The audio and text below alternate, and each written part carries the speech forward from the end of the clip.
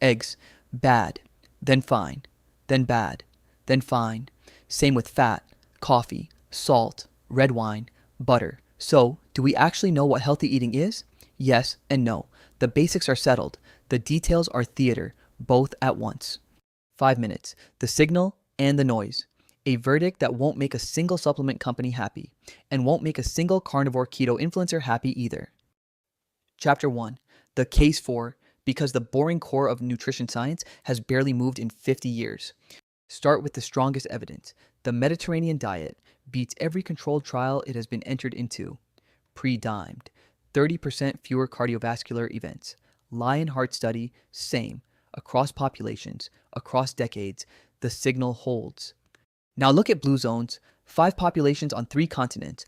All live to over 100 at unusual rates. Sardinia, Okinawa, Loma Linda, Ikaria, Nicoya. Wildly different cuisines. Same underlying pattern. Mostly plants, beans daily, eat less, don't drink alone. And the boring core. 4 things that haven't moved in 50 years. Whole foods beat processed. Plants beat heavy meat, less sugar. Eat less. That's the entire defensible advice. Anything past that is theater or product. Ultra-processed food. The evidence here is brutal and reproducible. Each 10% higher share of ultra-processed in your diet increases all-cause mortality by about 15%. The NOVA classification studies are now replicated in dozens of countries. Chapter 2. The case against. Because beyond the boring core, most of what gets sold as nutrition science is genuinely broken.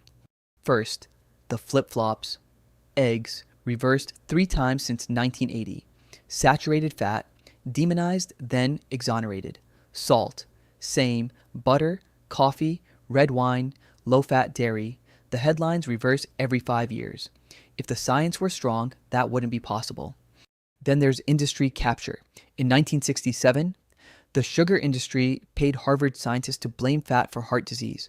The papers were unmarked. 60 years of dietary policy, built on that lie.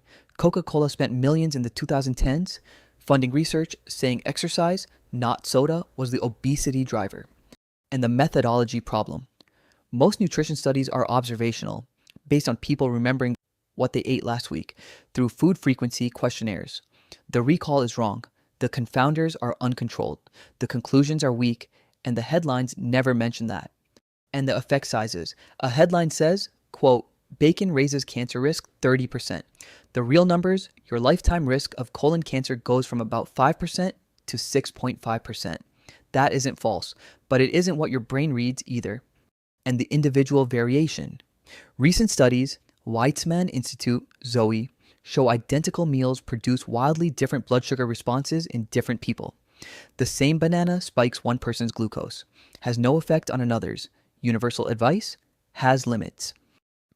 Chapter 3. What actually changed? Because the diet of 2025 is not the diet of 1960, and the math shifted with it.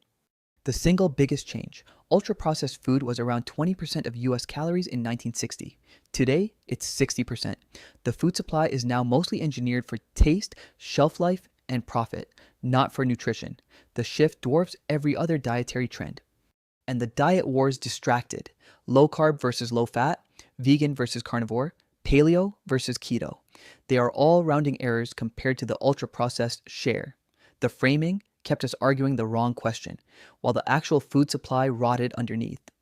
Chapter 4. The verdict.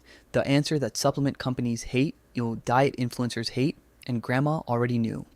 Both are true. The boring core of nutrition is rock solid, and the granular details, the specific nutrients, the timing, the macro ratios are mostly noise dressed up as science. The first one is your actual life expectancy. The second one is a podcast. So stop asking, what should I eat? Ask instead, is this a signal claim or a noise claim?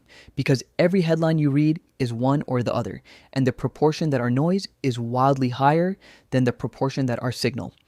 3 rules. 1. Eat what your grandmother would recognize as food, not what a marketing department invented this year. 2. Ignore any single food headline. Diet is a pattern, not a hero ingredient. 3. Check who funded the study. If it's the industry whose product it favors, you already know. Here's the answer that fits on a napkin. Eat mostly plant, mostly whole foods, mostly cooked at home. Less than you do now. Stop eating before you're full. Most days, the reason nobody sells this is because you can't put a barcode on it. The truth is genuinely free. What's one nutrition headline you actually ignored and were right to? And one piece of grandma tier advice that actually worked? Both. Specific. Subscribe. New question every week. The honest answers that the supplement aisle won't give you.